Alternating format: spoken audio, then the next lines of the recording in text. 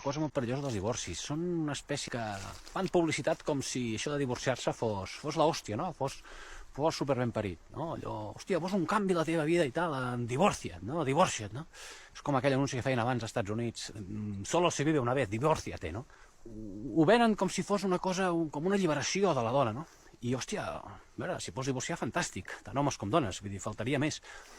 Però no és net, no és net divorciar-se. S'embrut molt fàcilment.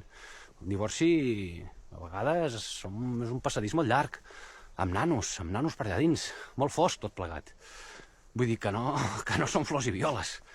No ho sé, em sorprèn aquest tipus de publicitat per enganxar divorcis, no? Hòstia, jo, clar que faig publicitat per enganxar segones oportunitats, temes de reclamació de quantitat, de legítima... Hòstia, però divorcis? Uf... No ho sé, per negociar i tal, i per redactar convenis, hòstia, molt bé, en saben molt, foten uns convenis de puta mare. Però, hòstia, quan no s'arriba a un acord i es va a sala, demanen bestieses, I a vegades no saben què dir, i queden malament. Llavors, pensem-ho,